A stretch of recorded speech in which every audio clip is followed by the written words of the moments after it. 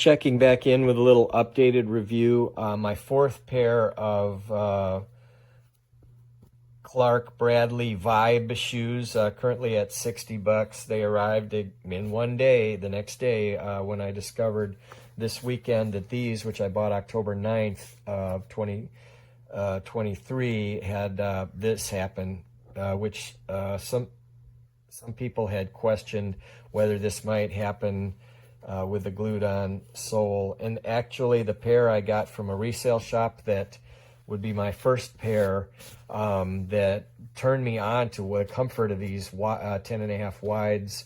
I have a left foot that's bigger and damaged kind of a large toe joint, proximal big toe joint. So I really like a wide shoe. I commented how great these were on a pair. Those had maybe not have been the Bradley, but looked much like these, and that's when I started looking online, and found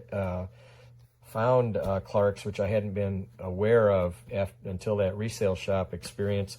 I did look. That pair had a sewed through kind of a welt on the edge, but still the sole was able to detach with the extreme use I put on. Anyway, so these just came. They come stuffed with a bunch of paper and a little stick to hold them and stretch them and make them look real buff like this. These ones here, the caveat, people had questioned whether this could come apart, and I'm sure I put 5 to 10 times the use on these in 6 months that others might put, in quite a period of time. Just civilian, like I stomped down trailers of brush, hurt myself, hurt my nose yesterday, clonking myself with something I pulled on in the face. So I'm just as hard on these shoes as I am on myself. And constant walking, mowing an entire lawn, say a half-acre yard. Think about it, with a 21-inch mower in a backyard. How many, you can figure out how many miles that is. So these things just get extreme, where I had noticed one thing and commented in an earlier review that the first pair of Clarks that may not have actually been the Bradley but looked very similar from a resale shop did have a kind of foam, that was bad on slick surface, on wet smooth surfaces, like with flip-flops. If you've ever hit the ground from wearing flip-flops, which is funny, it's a water kind of a shoe environment, and yet when you hit a smooth surface, parking lot, crossing stripes that are wet with a flip-flop on, you're going down, quite shockingly, unless you walk real gingerly. I noticed that from the first pair of Clarks that looked like these from the resale shop that turned me on to Clarks. And my 95-year-old mom has a pair of Clarks women's shoes that she loves.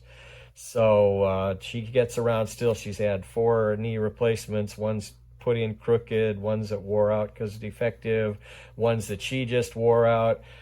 She also is enjoying her Clarks shoes. But anyway, I did notice that when these got that much tread worn off, I did hit some tile with some water on it that gave me some of that old slick foam feeling, but nothing like a pair of flip-flops. But still, you can get surprised when the tread's off of there. It's not exactly slip resistant. I'm not sure. Can't say if another sole would be worse or not. But anyway, did get a little surprise on that.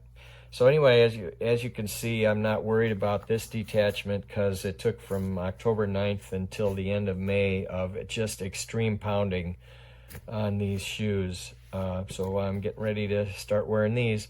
I had thought about having, I had already thought about having these as my ugly shoes to stomp down trailers of brush, and these to wear for, occasions and church and stuff. But the detachment happened first.